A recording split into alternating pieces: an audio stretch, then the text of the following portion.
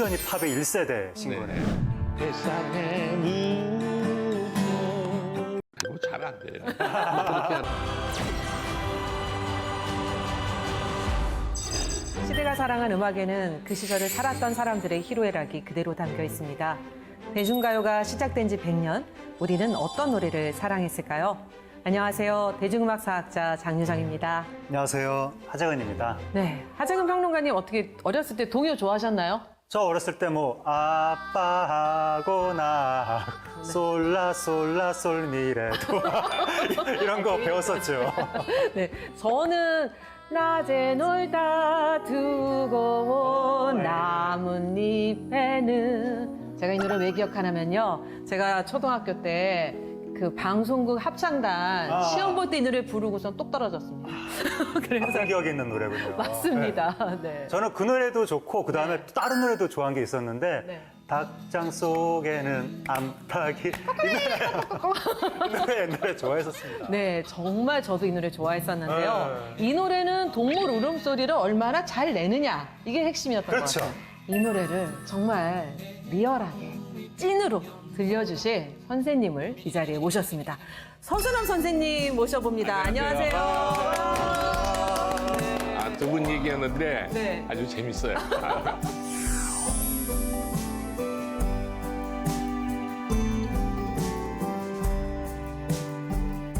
그동안 어떻게 지내셨나요? 재밌게 지내죠. 아, 저 원래 그냥 조금 근심 걱정이 없이 사는 편이에요. 비교적. 좀 낙천주의자고 거기다가 이제 음악을 조금 제가 취미로 이제 음악을 좋아해서 음악을 하니까 쉬는 시간에는 이제 기타 붙잡고 놀고 뭐 곡도 쓰고 뭐 노래도 부르고 사실은 노래는 해도 끝이 없어요. 그쵸. 예, 뭐 졸업이 되는 게 없는 거예요. 오늘 노래가요. 무려 1964년.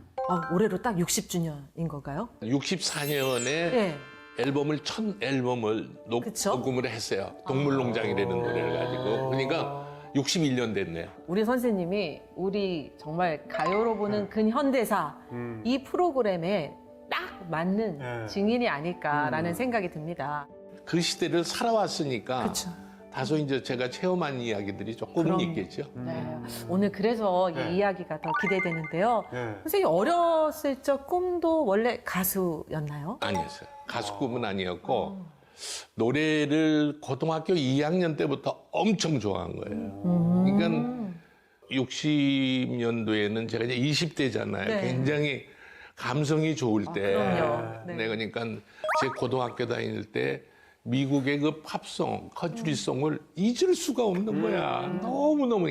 우리 그 라디오 방송에 KBS하고 CBS 두 개밖에 안 나왔어요. 근데 거기에는 그렇게 음악이 많이 안 나오잖아요. 그런데 AFKN이라는 주한 미군들을 위한 방송이 예, 그렇죠. 있었는데 예, 예. 그 방송 채널이 나에게 아주 그냥 황금 같은 시간이었죠. 네. 너무너무 좋은 노래들이 많이 나오는 거야. 야, 미치겠어요. 완전 새로운 세상에 눈을 뜨신 거네요. 그러니까 우리 대중음악이 있었죠. 그렇죠. 그거하고는 비교할 수 없는 그 많은 노래와 그 색다른 그 선율의 그런 그 매력을 뭘로 표현할 수가 없어요. 선생님 그때 들었던 음악 중에서요. 제일 좋아하셨던 장르가 컨트리 뮤직, 포크 뮤직? 그러니까 AFKN을 쭉 들으면서 장르를 모르죠, 우리는. 그렇죠. 이게 뭔지, 뭐 재즈가 뭔지, 컨트리송이 뭔지. 근데 그때 제가 이제 그거를 해독하기 위해서 그 명동에 가면은 그 미군 부대에서 나온 잡지책들을 파는 데가 있었어요. 그 명동에 이렇게 들어가면은 뒤에 골목이 하나 있는데 그게 우리가 흔히 달러 골목이라고 그래요. 예, 들어봤어요. 예. 네. 거기에서 보면은 모든 장르의 음악들의 그거를 분류하는 그 음악 잡지가 있어요. 컨트리송이면은 컨트리 앤 웨스턴, 리듬 앤 블루스, 또 이제 팝 오케스트라라는 게 있어요. 그런 잡지들이 다 분류해서 나왔어요. 그러니까 저희 때는 다 어떤 전문가분들이 해설을 해주시고 예. 막 기자들이 다 기사를 써주고 그럼 그걸 보고 배웠는데 선생님 때는 그런 게 전혀 없이 전혀 없이 미국 우리가 잡지를 바로 예, 보시고 봐서 그거를 뭐 이제 사전을 찾아가서 예. 이제 그걸 보면서 많이 익혔죠. 완전히 팝의 1세대신 네. 거네요. 나는 가사를 수집해서 그거를 딱 노트에다가 파일을 만들어 가지고 그걸 직접 타이핑을 내가 해요. 타이핑이 그때 하신 그때 거예요? 저희 엄마가 저한테 타이프라이터를 하나 사줬어요. 아, 근데 그게 한글이 안 나오는 타이프예요. 영어만 나오는? 네, 영어만 나오는. 그러면 영어를 워낙 그 전부터 잘하셨던 거네요? 아니면 그러니까 자동으로? 노래를 하기 위해서 영어는 배웠죠. 아. 네, 노래를 해독하기 위해서. 당시에 선생님께서 좋아했던 가수들은 어떤 가수들이 있나요? 컨트리 싱어로서는 쟈니 캐시가 독보적이었어요. I keep a close watch on this heart of mine. I keep my eyes wide open all the time. I keep the ends out for the tie that binds. 근데 내가 너무너무 좋아하는 가수이기 I 때문에 walk the line. 그분은 항상 이게 검정 옷을 입어요. 물론 카우보이 모자를 네. 쓰고 검정 옷을 입는데 굉장히 잘생겼죠. 네. 네. 근데 이렇게 노래를 좋아하던 청년이셨는데 가수 데뷔는 어떻게 하신 거예요? 고등학교 때 노래를 부르다 보니까 가수마다 다 기타를 들고 노래를 해. 아, 이게 노래하려면 기타는 필수겠구나. 그래서 기타 학원을 갔어요. 기타 학원을 갔더니 타양살이 뭐 이런 거 가르쳐 주더라고요. 뭐. 그런데 뱃삼의 무초를 막 리듬을 치는데 아 바로 저거다. 나 그 타양살이 그런 거 말고 저 코드를 잡는 법을 가르쳐 달라고 그래요. 거기서 딱 하고 책을 하나 주더래요. 코드를 치려면 코드를 많이 잡아야 되는데 이거를 외워야 된다고. 그래서 그 책을 가지고 학원을 안 나가고 내가 거기서 독학하고 집에서. 일종의 기타 왜냐면 교본. 네. 독학 헐레한 게 아니라 네. 엄마가 거기 다니는 거 알면 난리가 치죠. 팝송 지식은 그 미군 잡지로 독학하시고 음악적으로는 또 기타 잡고 독학하시고 그 이제 완전히 독학. 선생님 지금도 뱃사배 무초 기억 나세요? 어우, 그때 나죠. 저 뒤 기타도 있는데 예, 한번 예. 선생님 기타가 있어요. 예. 어디 있어? 아 여기 있구나. 그때 왜 외국 음악으로 가장 유해했던 게 뱃삼의 무초예요. 그러니까 기타 학원에 가니까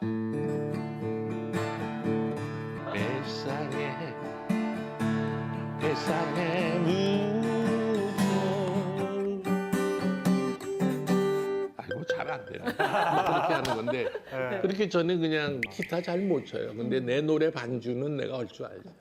근데 제가 알기로는 그 1962년 한양대학교 1학년 때 네. 당시 서울 운동장에서 MBC 문화방송 주최 서울 시민 콩쿨 대회가 열린 걸로 알고 있거든요. 네. 그래서 거기서 선생님이 자니 브라더스가 대상, 네. 그다음에 선생님이 2등이라고 2등인가 막 등수는 네. 모르겠는데 하여튼 저기 자니 브라더스가 1등하고 하여튼 저도 상을 탔어요. 네. 그때 부른 노래가 이래. Everybody's going out and having fun. I'm just for staying home and having none. I can't get over how he set me free. Oh, listen me.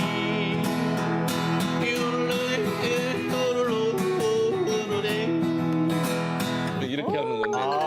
요들을 하셨네요. 요들에서 아니 갑자기 여기가 저기 된 것 같아요. 공연장이 된 것 같습니다. 그럼 그때 아리랑 브라더스를 만난 건가요? 그리고 이제 노래를 끝났는데 네.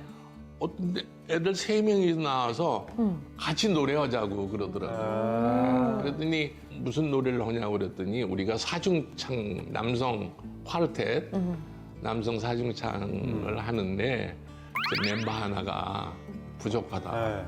이거 같이 오면 네. 좋겠다. 이제 그 멤버 중에 거기에 하청일이가 끼어 있었어요. 그러니까 아리랑 브라더스 팀을 처음부터 같이 만드신 게 아니라 그 시민 콩쿨에서 상을 받으시고 스카우트 되신 거네요. 그렇죠. 근데 이제 그렇게, 내가 예. 포크 음악을 하고 이렇게 칸츄리스 음악을 하니까 음악 스타일이 그냥 포크 스타일로 바꿔버린 거죠. 네. 그 당시에 그 브라더스 4라고 네. 그린필드를 부르는 예. 미국의 유명한 포크 사중창 브라더스 4가 아주 유행할 때거든요. Green fields are gone now. washed by the sun, gone from the valley. 근데 그 팀하고 컬러가 비슷하게 가자. 아, 예, 우리는 그래서 아리랑 브라더스는 우리의 롤 모델은 브라더스 포다. 그래서 네. 그 레파토리를 많이 했죠. 선생님께서 아리랑 브라더스의 음악적인 방향성을 이렇게 제시를 하신 거네요. 그렇죠. 제가 이제 물론 이제 음악적으로는 제가 리더가 안 되는데 네. 제가 멜로디를 하고 그러니까 우리가 포크 음악 쪽으로 가자. 그렇게 해가지고 이게 산유창단 컬러가 이제 포크 음악 쪽으로 된 거예요. 우리가 그 당시 시대를 좀 살펴볼 필요가 있습니다. 그래서 1964년은요, 전쟁 이후 재건과 함께 외국 문화가 점차 유입되었던 시기잖아요. 그래서 정치적, 사회적 맥락에서는 좀 제한적이긴 했지만 조금씩 국제 교류를 늘려나갔었는데요. 대한뉴스에서 외국 소식을 조금씩 전해주기도 했거든요. 남아있는 기록들을 살펴보겠습니다.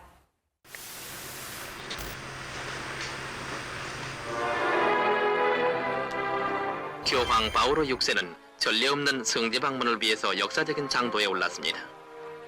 그는 처음으로 비행기를 타는 교황이며 또한 근 2000년 만에 교황의 성지를 성지 방문하는 방문이 교황입니다. 우리나라에서 뉴스가 됐군요. 교황은 요즘 같았으면 저런 거 뉴스 안 나올 것 같은데. 요르단, 뭐 이스라엘 네. 여기 이제 순방하는 모습이고요. 저희가 갈릴리 바다라고 합니다. 아, 갈릴리. 예, 성경에 나오는 갈릴리군요.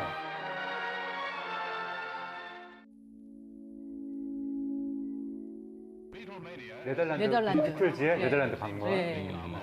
비틀스가 61년도에 나왔거든요. 아, 예. 61년도에 나왔는데 64년도에는 완전 전성기였죠. 전성기 저 때가. 예, 예, 굉장했어요. 전 세계에서 깍깍하고 소리가 나는 Safer to take to the water as they tour the canals through lines of cheering fans. These, incidentally, are not the real Beatles. There's a substitute 요즘에는 방탄소년단이 저렇게 됐는데. closer to their idols, and the police pull a lot of queer fish to save 아니, them. 저 위험한. 참 대단해요. 누군가 스타를 좋아한다라는 저 마음이. 네, 저 비틀스 이후에 저렇게 인기를 구사한 팀이 없었거든요. 유일하게 BTS. 아, 유일하게 네. BTS. 네. 저 기록을 깼잖아요. 네, 정말 대단합니다. 비교해서 이야기하더라고요. 네. 영국의 BBC가 제2의 비틀스라고, 2000년대 반 비틀스라고. 참 우리나라 대단해요. 네. It takes all kinds, the man said, to make up a 이집트의 테베 사원과 거대한 카낙 사원을 연결하는 이 거리는 최근에 발견된 가장 큰 유적의 하나입니다. 대한뉴스 생각나네요. 대한- 영화관에 가면은 항상 나와요. 항상 뉴스가 나오잖아요. 세계에서 가장 큰 수수께끼로 근데 저 옛날에 저걸 어떻게 만들었는지 정말 미스테리. 그것도 그거지만 이런 걸 소개를 한다는 것 자체가 요즘 우리나라 뉴스 이런 거 안 나올 것 같은데. 그러니까 서구 문명에 대한 동경이 굉장히 커가지고 시시콜콜이 하나하나 다 소개했었구나 라는 게 느껴집니다. 옛 신들과 지금 발굴하는 모습이다 이 보니까. 기념물이 그러니까 뭔가 다 신비롭고 동경의 시각으로 이런 영상들을 봤을 것 같습니다. 그 당시에.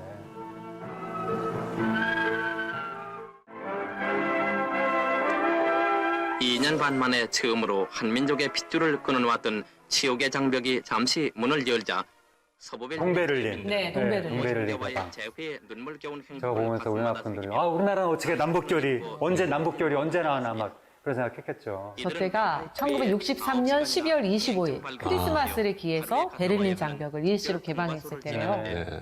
이들의 가슴마다에는 그래도 그때부터 이제 동베를린하고 서베를린 그러니까 주민 왕래가 시작이 된 거네요. 우리나라는 이산가족 상봉도 잘 못하는데 이제 저기는 저렇게 교류를 하니까 부모의 얼굴을 아주 부러웠겠죠.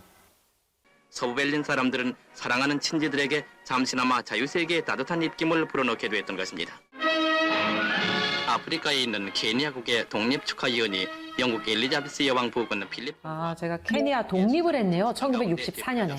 아프리카에 있는 케냐 독립에도 저렇게 관심 가 있었네요, 우리가. 대부분 고지에 속하는 영토로서 그 다 영국 식민지였을 텐데. 네. 아프리카인과 인도, 영국 엘리자베스 아랍, 여왕의 부군 네. 필립공이 참석을 코끼리 했대요. 사자 등 근데 수렵기로 유명한 아프리카는 이제 저 때도 못 살았지만은 지금 아프리카 지금도 똑같아요. 좀 그렇죠. 우리는 완전히 이제 그때는 아프리카 우리 뭐 비슷했으니까. 네.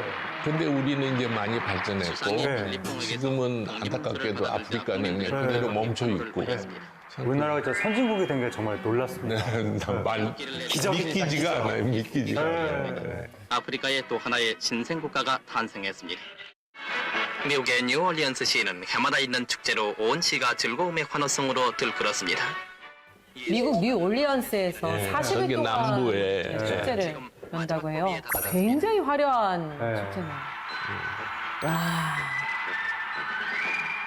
뉴올리언스에서 생겨난 재즈 음악이 나중에 네. 빅밴드 스타일이 돼서 그쵸. 예. 식민지 시절에 우리나라에도 막 들어오고 예. 그랬었죠. 그 딕시 음악이라고 그래가지고 딕시, 그 네. 재즈 음악이 이제 미국 남부 루지애나 주의 이제 뉴올리언스 이쪽에서 많이 네.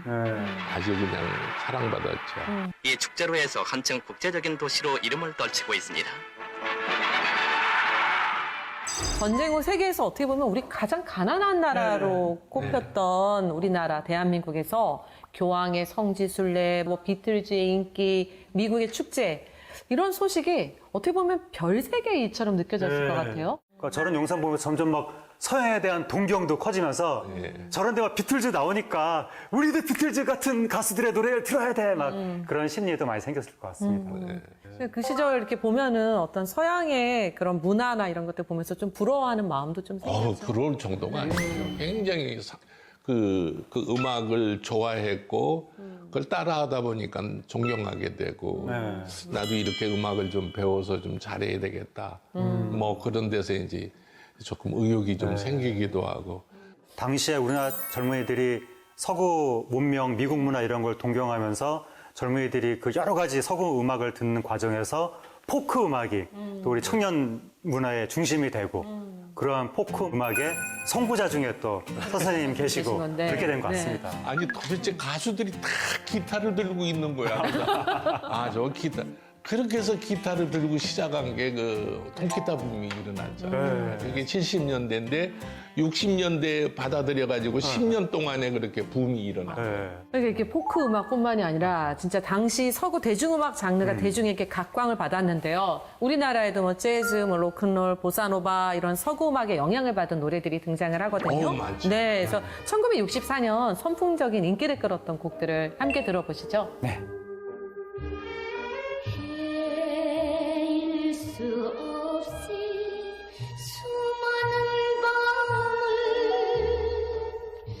내 가슴 도려내는 아픔의 겨워 얼마나 울었던가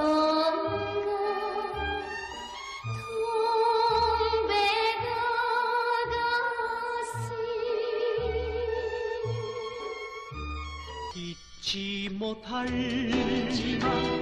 빗속의 여인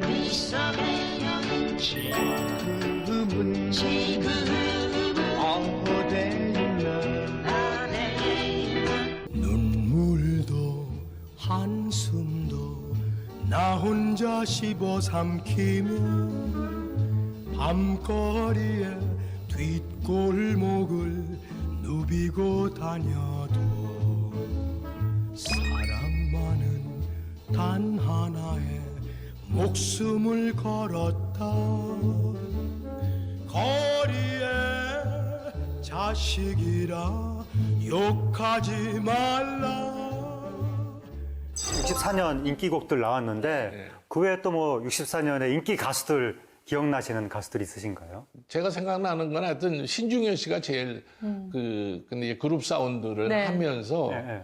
굉장히 이제 작곡을 했잖아요. 네, 그쵸. 그래서 가요계를 한번 그냥 개혁을 이뤘죠. 예. 그러니까 신중현 씨가 우리나라의 락, 소울, 그룹 사운드 이런 걸 개척했던 그런 분인데 이렇게 신중현 씨처럼 계속해서 회자되는 분들은 그 당대의 새로운 흐름을 만들어낸 분들이라고 할 수가 있고 그런 의미에서 보면 아리랑 브라더스도 그 당시 우리나라가 포크 음악을 개인적으로 하는 분들이 있긴 있었지만 정식으로 포크를 앨범으로 소개한 가수는 아리랑 브라더스가 최초다라는 얘기가 나오거든요. 그래도 이제 그러니까 역사적 의미가 있는 것 같습니다. 그때는 앨범을 낸다는 게 거의 포크 음악 가지고는 앨범을 낼 수가 없었거든요. 그렇죠. 그런데 어떻게 64년에 아리랑 브라더스를 녹음을 해줬는지 나는 그분이 훌륭한 분이라고 생각해.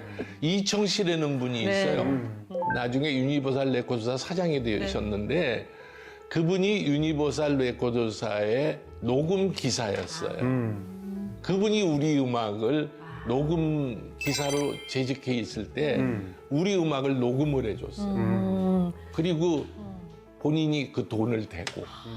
근데 정말 이 음반이 이렇게 전설처럼 말로만 내려오다가 2003년에야 그 서울의 홍제동 한 고물상에서 대중음악 평론가 최규성 선생님이 이제 저하고도 좀 친분이 있는 네, 그 최규성 씨. 네, 최규성 선생님이 그거를 네, 자료를 이걸 발견한 거예요. 그래서 이게 64년도에 녹음. 네, 64년도 건데요. 근데 여기에 동물농장에 들어가 있는 있어요. 거죠.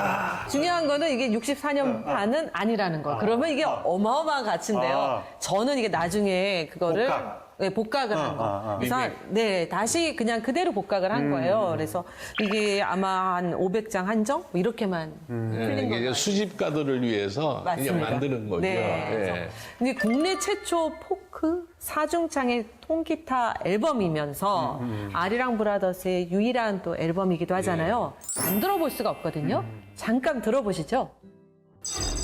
우리 해인 미스 양재와 오늘은 같이 내일에서 애기같이 절르며 마구 잡아 끌길래 못 이기는 채 따라다니며